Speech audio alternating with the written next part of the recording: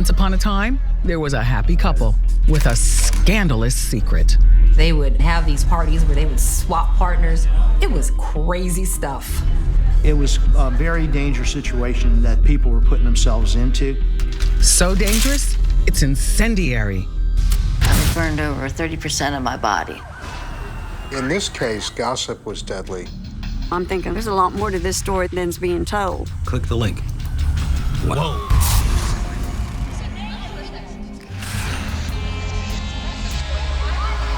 Did you hear?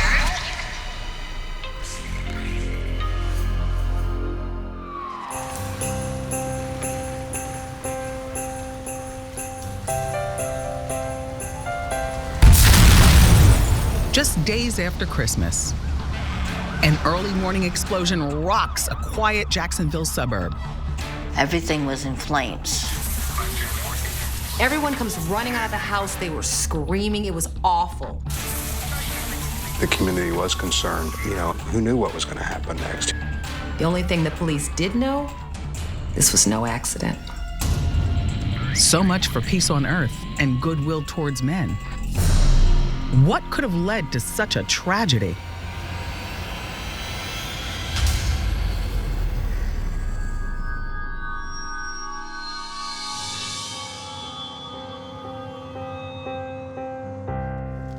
Hi, Mom. Oh my gosh. Merry Christmas. Lillian Janes and her husband Mark have come home for the holidays. I'm so glad you're here. They're thrilled to visit Marjorie, Lillian's stepmom. I'm sorry it took us so long. We were busy. Lillian's real biological mother, and she had died of brain cancer. So it was kind of hard.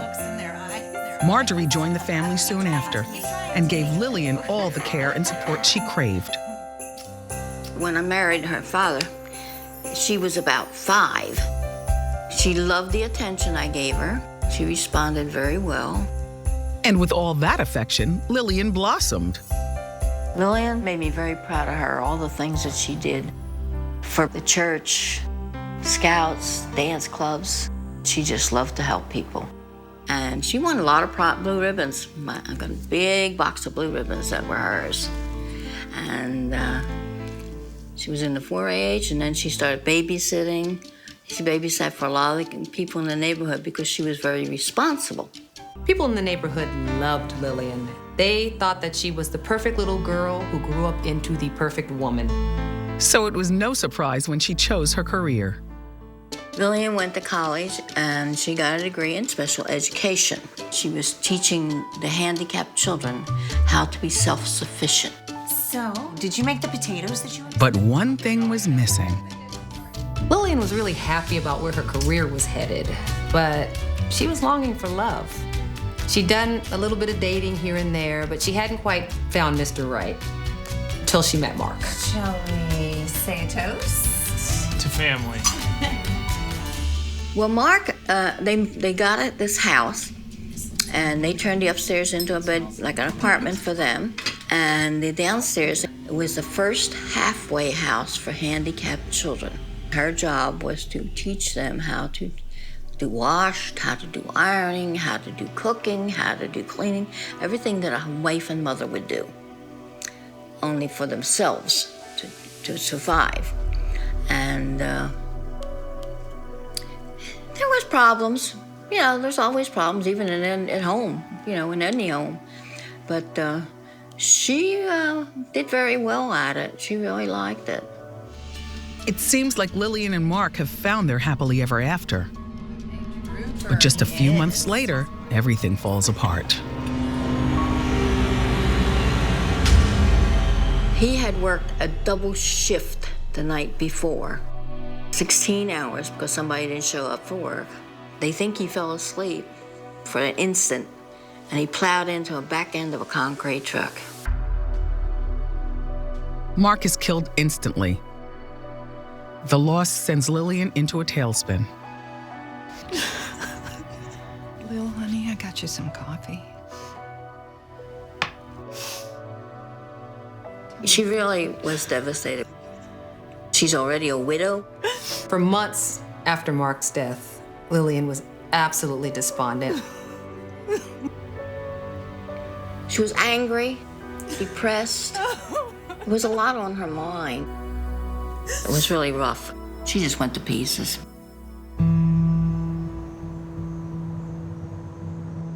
Lillian turns to her family and the church for support. Finally, almost a year after losing Mark, Lillian's ready to put herself out there again, or at least to have some fun. Oh, Lil, you look beautiful, honey. Did you go shopping?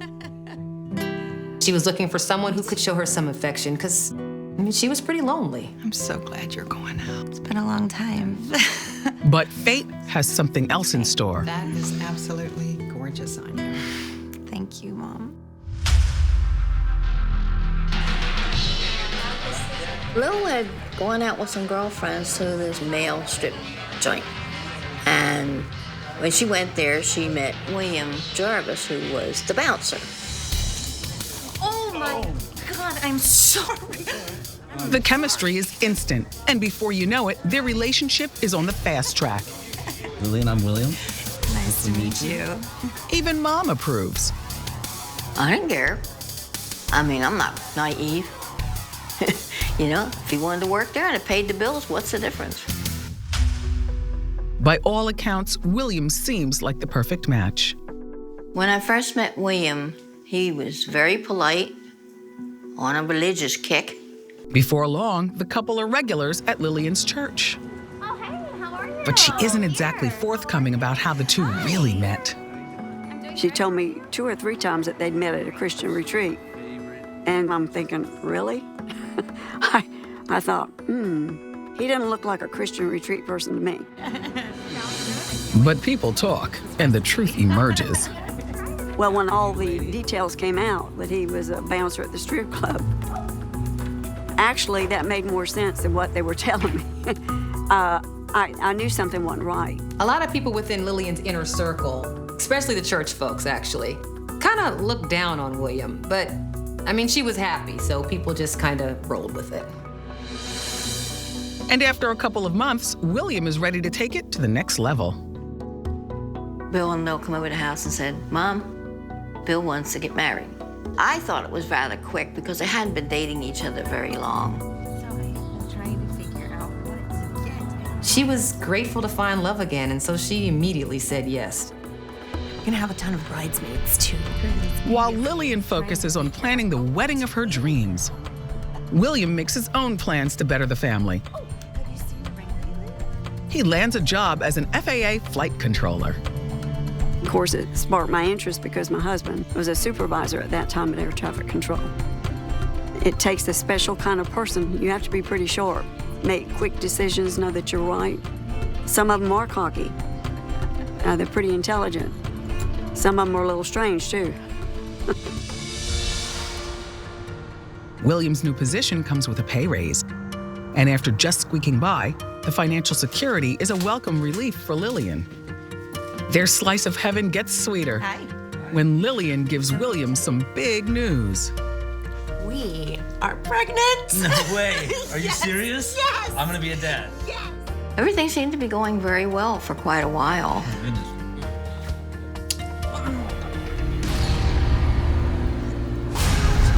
Everyone comes running outside, and they see Marjorie's house is on fire.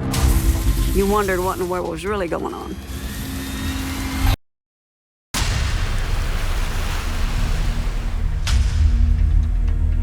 By 1990, 34-year-old Lillian Jarvis has settled into her new life in Jacksonville, Florida, as a stay-at-home mom.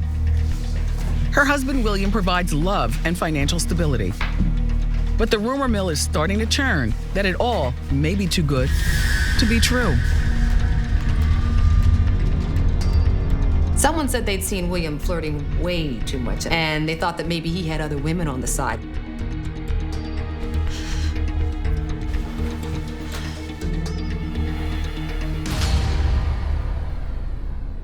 And one night,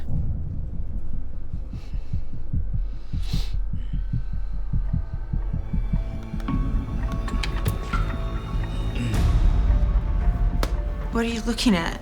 Nothing. It's nothing, Then Lillian. why are you trying to hide Lillian, it I'm from not trying to hide it from you. William introduces Lillian to this internet chat room.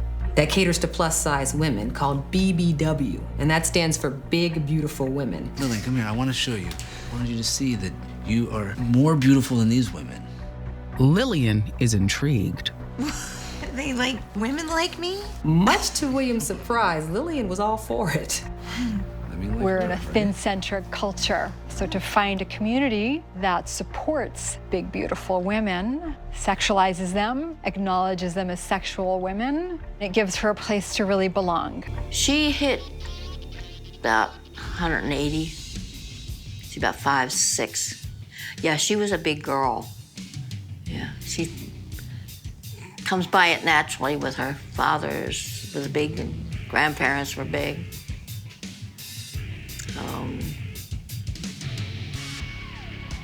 And from what I understand, her natural mother was big. Show me some more. Eager to spice things up, Lillian creates a sexy online profile and alter ego. People would go on there and you'd just chat with each other on the site. And during the conversations, if you wanted to go the next step and meet, they'd set up meeting places. Soon, the couple considers taking their new hobby from behind the computer to in person. But in an open relationship, ground rules are key. In non-monogamous relationships, which includes swinging, people usually come up with agreements about what is and isn't okay in terms of conduct. There's the don't ask, don't tell, and go have fun, but don't tell me. And then there is the let's discuss what works for us. They decide honesty is the best policy, and she and William dive in. Ben, William, nice to meet you. Lillian. Come on in. People would kind of schedule hookups, liaisons, places to have sex or meet at a bar or somebody's house. They were part of this Jacksonville swingers club where they would hook up with other couples they met on the internet. This is Ashley right here. And before long, those social gatherings are becoming pretty racy. Cheers. Cheers. New adventures. Who knows? Maybe swinging is just what the marriage needs. It's pretty exciting for the two of them to find other people who want to play. People that are interested in having a non-monogamous experience that doesn't necessarily threaten their marriage. The couple's thrill-seeking comes at a cost. I mean, it's risky behavior because you don't know that person. You don't know whether they might have a criminal mindset. You don't know what baggage they're carrying into the bedroom. But Lillian's determined to satisfy her own curiosity. Apparently, William and Lillian didn't just swing with other couples. People were saying that Lillian was bisexual. She liked other women and she gave herself permission to do it. It was wonderful for her. She was inviting other women to have sex with her and William. Of course, William didn't mind. I mean, what's not to like about that for most men? The idea of two women together is a fantasy, whether they're actively participating or just watching. It's a hot fantasy for most men. So of course that would be exciting for him and a lot less threatening than another man with his wife. The swingers club doesn't just socialize behind closed doors. There were restaurants in town where they'd like have a social gathering, or you could meet one-on-one. In a small town, word spreads fast. So despite efforts to keep things quiet, Lillian and William's coziness with other couples grabs attention. It's your first time. I think I heard it through the grapevine. To be honest with you, I was shocked. She really, to me, didn't fit that profile. Not the way she dressed, the way she looked. I would think that would be something secretive. She seemed to be pretty open, trying to make friends. To new adventures. To new adventures. People were wondering if this BBW group was just the tip of the iceberg. Sexuality is juicy stuff. People love to gossip about sexuality. Often there's like a level of envy or jealousy or curiosity, like, I am titillated by what you're doing, but I can't do that. My code of ethics, my morality, my religion, my agreements tell me that I can't do that. It brings up that conflict, right? Like, I envy you, so I need to put you down so that I don't have to make that even a remote possibility for me to think about. Little does Lillian know, William is enjoying other women behind her back. Rumor has it, he's spreading his love all over town. Lillian found out that he had been at a hotel with a woman. He said, oh, they were just friends. Him going out and sleeping with other women behind her back just infers that there's a secrecy to it. When there's a secrecy involved, the secrecy is cheating.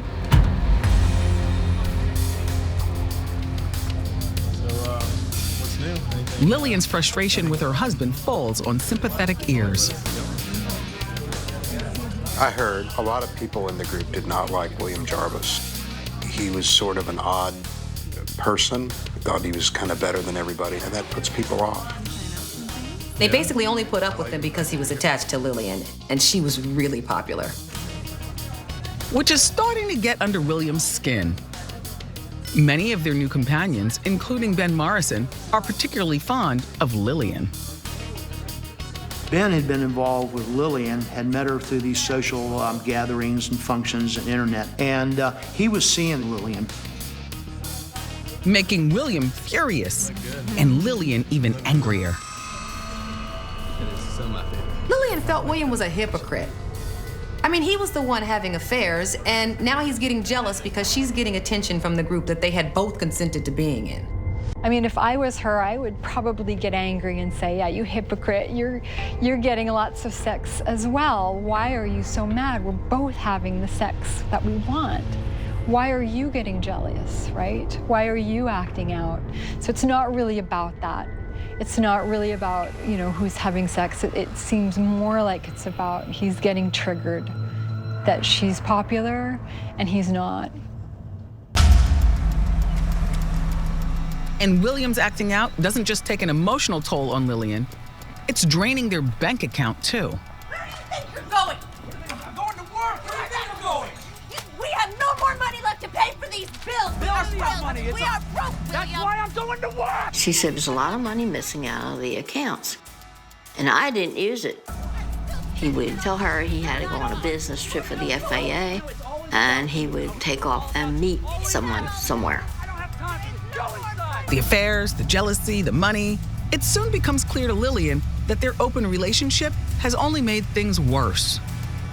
She finally had had enough, and she separated from him and came home to live with me. After 13 years together, the couple divorces. They share custody of their daughter, Stephanie, now 12 years old. I'll take this to my room. That would be great, thanks. Honey, let me help you with some of these No, boxes. Mom, sit down. I'm just appreciative of the fact that you're letting us move in again. Hey, it's gonna be like old times. I was very happy to have her move back in with me. It was fine. There was no problems. Everybody got along. Despite her failed marriage, Lillian has high hopes of finding love again. She says goodbye to the swinger scene and starts dating a single dad named Pete. Pete was also divorced and had been going through a bitter custody battle. So they were both single parents, and this was something that bonded them together. They had met each other through internet sites, social groups that were in the area, and they had gravitated to each other because they were both going through messy divorces. They became friends and eventually became boyfriend and girlfriend. After just a couple of dates, Pete feels like family. Here are your peas. Oh, thank you. I forgot the corn. I'll be right back. Okay. She's hilarious. I really appreciate you having me come over. It's good to come here after a long day. Mm-hmm. Yeah, it's a wonderful meal. And smells really good too. Here's the corn. Okay. Thank you. You're being a very good little waitress. You ready to eat?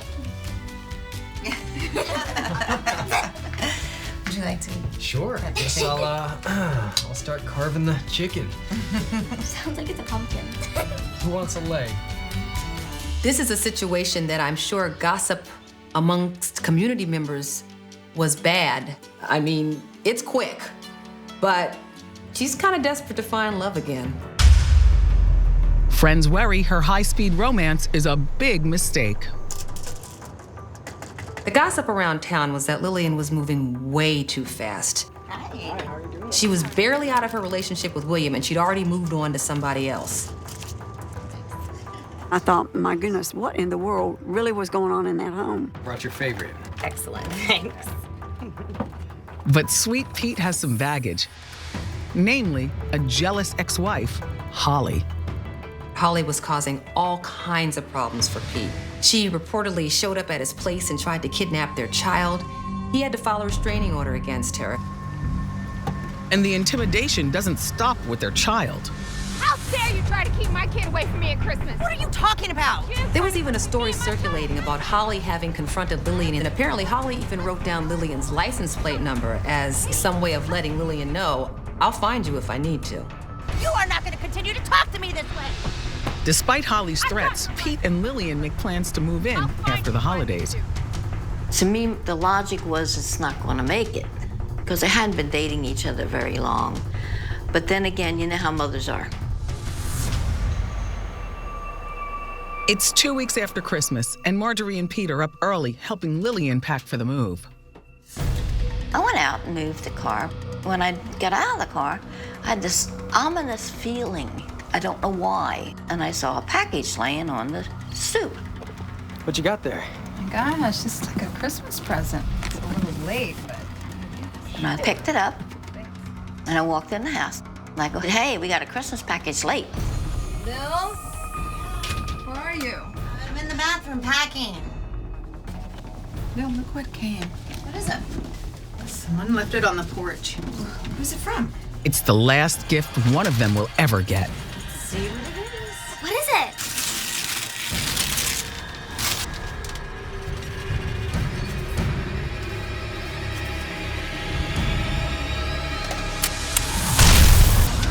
The entire neighborhood is jolted awake by this loud explosion. I was in shock, absolutely in disbelief. Just before 7 a.m., Saturday, January 6th, 2001, the Jacksonville Sheriff's Office gets a frantic 911 call. 911, what's your emergency? My neighbor's house is on fire. And how many people are inside, ma'am? I don't know, 4. Please hurry, come quick.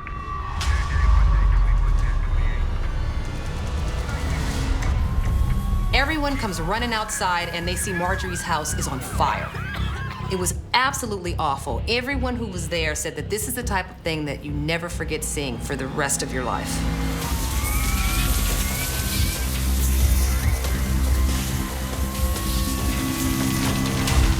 Firefighters race to get everyone out of the house. Anybody in the area that you might have seen? Everyone was completely shaken up. It was really difficult to get the full story. The police and fire department had secured the scene and were pushing people back because it was a serious incident that had occurred. The bomb injured Marjorie and Pete pretty severely. They were covered in second-degree burns. Stephanie is pulled safely from the burning house, while Pete and Marjorie are rushed to the hospital. Tragically, Lillian doesn't make it. There was an explosion and a fireball. She was killed within a matter of seconds. It was a very vicious bombing. Once firefighters extinguish the blaze, the investigation begins. They take extreme caution in case there are more explosives at the house. We weren't sure if it could have been a secondary device, and the bomb squad responded and did a sweep of the premises. Before you know it, the ATF moves in and they shut down the entire cul-de-sac. Even the people that lived there, they couldn't even get in and out until they showed ID. Police video shows the devastating aftermath. The entranceway and the right side were almost unaffected other than smoke damage, but the majority of the damage was on the left side, center. There was a bathroom there between the two bedrooms, so that's where the damage was centered. You could see where it had blown up through the ceiling and through the roof. How did anyone survive the blast? And more importantly, what could have caused it? Detectives are already working on a theory. There's various things that could have caused the explosion, like propane gas, but it had the characteristics, which I've seen before, of being a pipe bomb. I could smell some powder in the air, and just looking at the type of damage, a gas explosion is going to be more devastating. But there's a twist. Most pipe bombs don't do this kind of damage. The amount of fire that had occurred was unusual, and that kind of gave me an indication it might have been an accelerant in the device. Investigators scour the crime scene for anything that could lead them to the killer. We were kind of theorizing that the bomber might have taken a condom and filled it with gasoline, and that's where the gas came from that caused the fireball. They don't find any condoms, but they do find some very distinctive wire. One of our lab technicians found a piece of wire similar to a hair in all this debris. And he was able to show that that was a bridge wire for ST's rocket motor kit. Whoever did this had done their homework. While the lab continues to sort through the wreckage, investigators speak to Marjorie in the hospital. I was burned over 30% of my body. My right ear was split. My arms were wrapped because they had been burnt so bad. And Pete lost one eye, and he had lost the hearing in one of his ears from the sound of the explosion. Marjorie gets the horrible news. When they told me that Mill had died, I was pretty sure I knew that mentally, but when somebody says it, it kind of puts a stamp on it. And I was very hurt because I really love my daughter. She's not the only one in anguish. It was very hard on Stephanie because she saw her mother on fire. She felt that it was her fault that she couldn't get Mommy out. But she couldn't have done a thing. Everything was in flames. Marjorie is shaken to the core. Do you remember what happened? But the moment before the blast is etched in her memory. Bill was in the bathroom, packing up, and Pete had come and walked in the house right behind me, and he was still standing behind me when I said, "We got a package." Who's it from? There was a note that said, "I'm sorry, it's late." And this being after Christmas, she just assumed it was for her daughter, Lillian. Well, let's see what it is. She started unwrapping it, and she said, "This looks like a tackle box." And she says, "Somebody's playing jokes, I guess." And she started to open it. You heard this click. Seconds later, the bomb detonates. She had been thrown from standing in front of the sink to across the room to where the shower and the tub were, and she was on the floor. Everything was in flames.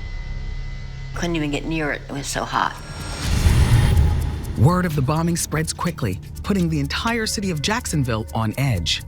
I first heard about it in my Sunday school class. We're just in total disbelief, trying to figure out why somebody would want to do that to Lillian in a Christmas package, that left in the front door. Who would do that? There was definite concern among the neighbors. Police didn't know where this bomb came from. Who knew what was going to happen next? Every time a delivery truck went by, people just kind of held their breath because they were hoping that it wasn't something being delivered to them. Lillian suffered a terrible death, but was she supposed to die that fateful day? The first big question we had was, who was the target? There was Lillian, there was Marjorie, there was Pete, and they needed to figure out who of these people someone could have had a grudge against. She had had a lot of contact with a lot of different men and women. This could give them an awful lot more suspects to look at. It's the afternoon of the explosion, and the entire city of Jacksonville, Florida is talking about the shocking death of 44-year-old Lillian Jarvis. There had not been a fatal bombing in Jacksonville in at least 10 years. So it obviously got everybody's attention, both in the news media and certainly in law enforcement. Who in the world would send a pipe bomb wrapped as a Christmas present to a home in this quiet cul-de-sac? All investigators know for sure is that the bomb was placed on the front porch the night before.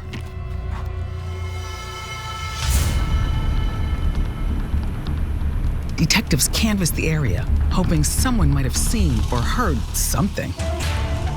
Jacksonville Police Department. I'm doing an investigation on the Lillian Jarvis incident. Police ruled out pretty quickly that her daughter was the intended target, but certainly you had Marjorie, Lillian, and Pete living there. So who was that bomb meant for? She was really sweet, but her and her husband fought a lot. We had gotten information they had been going through a very messy divorce, so we decided to go to his residence and conduct an interview and just see where he stood, what his situation was. Police typically look at an ex-spouse in a situation like this. Detectives start with Lillian's ex, William Jarvis, who lives 45 minutes away. Hello? Mr. Jarvis. He was very upset, and he goes, I just heard my wife was killed. And I said, yeah, that's why that's what we're looking into. I feel awful. I just saw it on the news. One of the reasons why we had a hard time believing that he might be the bomber was that his young daughter was in the house. Is my daughter okay? She is okay. Since the package bomb wasn't addressed to anyone, his daughter very likely could have been the one who picked it up and opened it.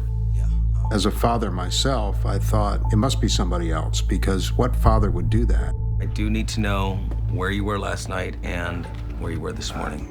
William tells detectives he was up early on his computer. He said he woke up about 5:15 in the morning and went online till about 7:30 when he had to get ready to go to work. Records show William did indeed log on that morning. Seems like there's no way he could have been 40 miles away in Jacksonville. So police turned their attention to Marjorie. Was she the one marked for death?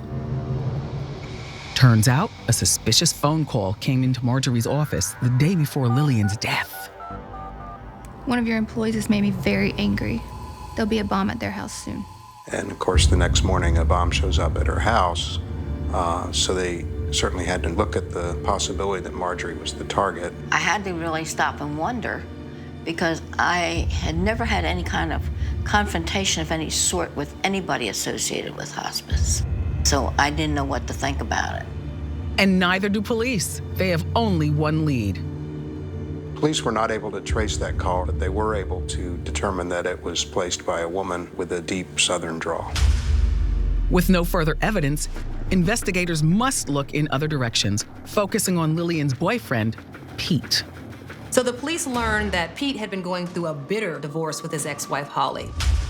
There was a battle over child custody. In fact, on one instance, she tried to kidnap their 2-year-old child. It got so bitter and so acrimonious that Pete had to file a restraining order against her. How dare you try to keep my kid away from me at Christmas? What are you talking about? You trying to come between me and my child. That acrimony spilled over into jealousy of Lillian. I don't care! You are not going to continue to talk to me this way. It was a definite possibility that Holly intended that bomb for Pete or Lillian or both of them out of jealousy. Pete could have been the target, but also she probably wouldn't have cared if Lillian was killed as collateral damage. How can I help you? And wouldn't you know, when investigators go to question Holly, her voice sounds eerily familiar. Could you describe the type of confrontation you had with her, please? She had a very strong Southern accent that could have been consistent with the caller for the bomb threat the day before. There were a number of things that lined up. And Holly was a strong suspect for the police. All right, so they were having an affair? But one thing doesn't line up. Some kind of relationship. Holly has an alibi. I was in Georgia. Holly said that she had been up in Georgia, and we were able to verify that information. Didn't completely rule her out because of the nature of the crime, but it certainly moved her down the list as a possible suspect. But never fear, there are plenty more curious characters just waiting to come out of the woodwork. Hey, Park. Come and check this out. Thanks to a scandalous email detailing Lillian's online activity. Just check it out. So in the middle of the investigation, someone sends an email to the police and it contains links to all of Lillian's favorite chat groups. Click the link. Whoa. BBW. When I heard about the BBW website, I was shocked. As a reporter in Jacksonville, I prided myself on being kind of plugged into things, but I certainly had never heard of that. It was really a little off the charts. And Lillian was smack dab in the middle of it. She had had a lot of contact with a lot of different men and women. This is extremely risky because you meet somebody through the website, you don't know their true name, you don't know anything about them. The fact that she had opened herself up personally to so many strangers Swingers? was something that was really concerning to the police. This could give them an awful lot more suspects to look at. You have to investigate everyone that was involved with her, and everyone probably sexually involved, because anytime there's intimacy involved, there is the possibility for pretty deep feelings and feelings of jealousy, which we know often lead to rage and irrational behavior. Detectives interviewed more than 100 people from the online chat room where Lillian logged hour after hour looking for love. Do you know of anyone who wanted to hurt her? There was a man, his name was Ben Morrison. Ben was a member of the Jacksonville Swingers group. He'd developed an unhealthy obsession with Lillian. Hey, wait. What? Ben became possessive of Lillian. She kind of liked to play the field, and he wanted her for himself, and had started to stalk her. Let's just hang out. He basically wouldn't leave her alone. And we had heard that he had said that if I can't have you, no one can have you.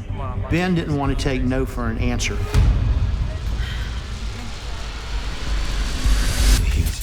Could have been a jilted lover, somebody that was mentally unstable that hadn't decided to kill her. I was absolutely in shock. It was the talk of the town. 3 weeks have passed since Lillian Jarvis was killed by a bomb disguised as a Christmas present.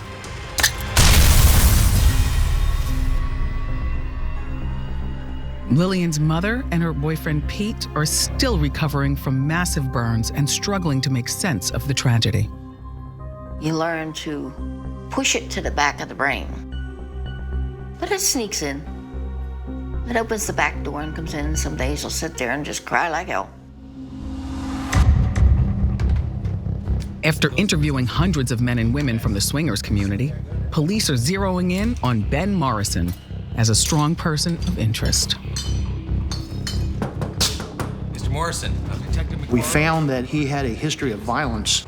We were thinking maybe he was the one who killed her, because if he can't have her, as he said, no one will have her. I'd like to take a couple minutes of your time to talk about the death of Lillian Jarvis. So we interviewed him as a potential suspect.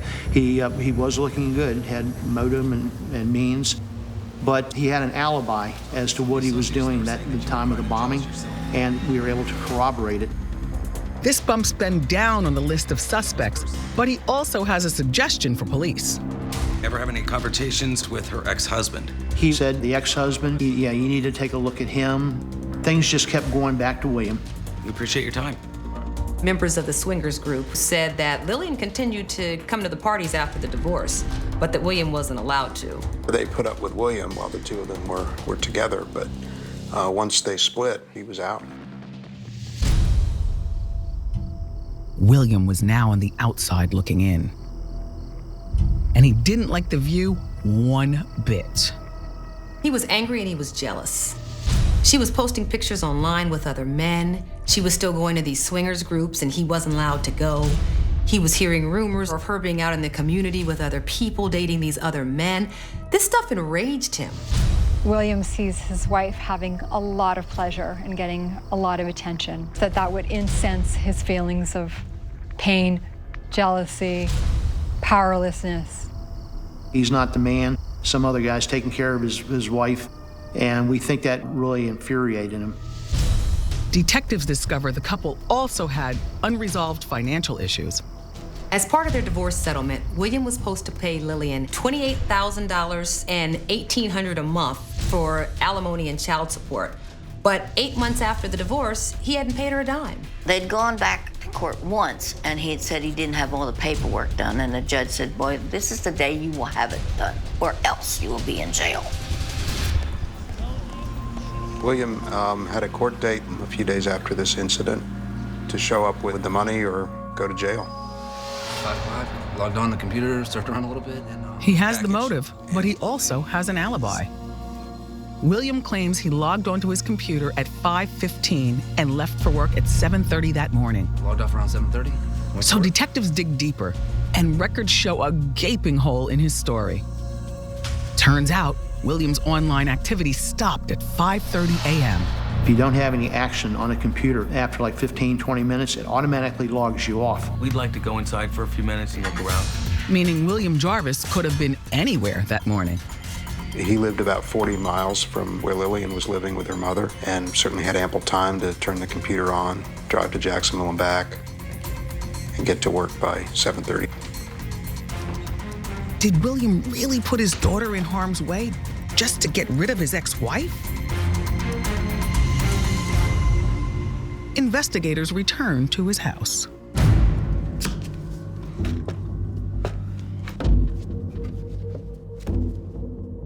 They found a receipt, and that included the exact type of wrapping paper that was used to wrap the bomb in. They also found some model rocket igniters. Some of that was found in the debris. The most interesting thing we found was he had purchased a box of condoms. I knew that there was an accelerant, a gasoline, that was used in the device. He had filled condoms with gasoline to kind of maximize the explosive nature of the bomb.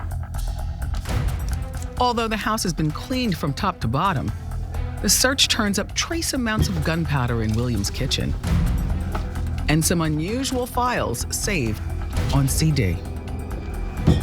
He had done a lot of research on how federal agencies and local agencies do their bombing investigations and the things they look for. On February 21st, 2001, William Jarvis is arrested and charged with first-degree murder and arson. I was wishing in a half sense that he would try to run so they could shoot him. But then I thought, no, I want him to suffer. I really want him to suffer.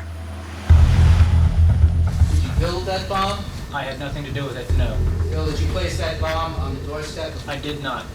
At trial, William pleads not guilty, saying there was an innocent reason why he purchased the rocket igniters. He tried to explain that receipt by saying that flying model rockets was one of his all-time hobbies, but the evidence against William just kept piling up. You recognize that? Yes, sir. They are some wires. There's some solder. There was the wrapping paper, there was the wire, there was the gunpowder, the stuff on his computer files, and there was the motive. These are all just items that I used around the house. William Jarvis thought he was smarter than the police. He thought he was smarter than the prosecutors. He thought he was smarter than everybody. The irony of that is that had he not kept that receipt, he very likely would never have been caught. The prosecution lays out the grisly events leading up to the fatal bombing. According to the evidence, William purchased many of the items to build the explosive. He constructed the bomb and placed it in a tackle box.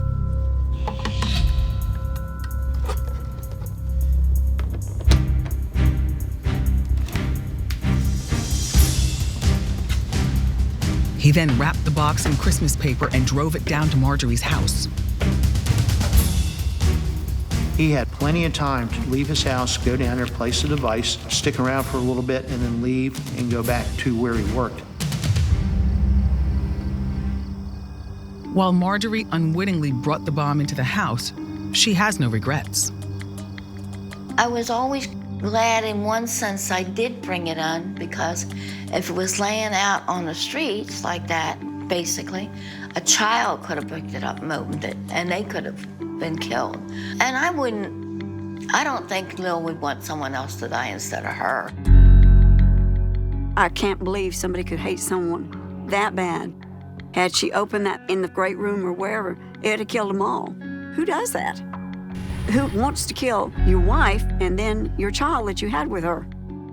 Clearly, he wasn't over her. This is the worst case scenario of a sick person acting out in the worst way possible.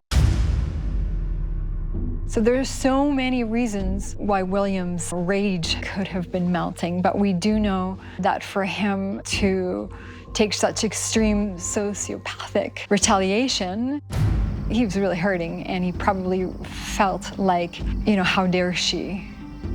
How dare she move on before me? How dare she enjoy life before me? I'm in pain. She's not. That's not fair. Sounds really clear that he was acting out on his jealousy and probably his sense of ownership. That's my wife. Nobody else can have her until, just some level of ownership that probably was intact. Often when we break up, when we have breakups that are ugly, this situation is like the worst case of an alternative relationship gone bad. This was not only a crime of rage, this was a crime of calculated rage. This was him investing the energy, buying the materials, putting everything together, delivering it. This was well planned and well thought out.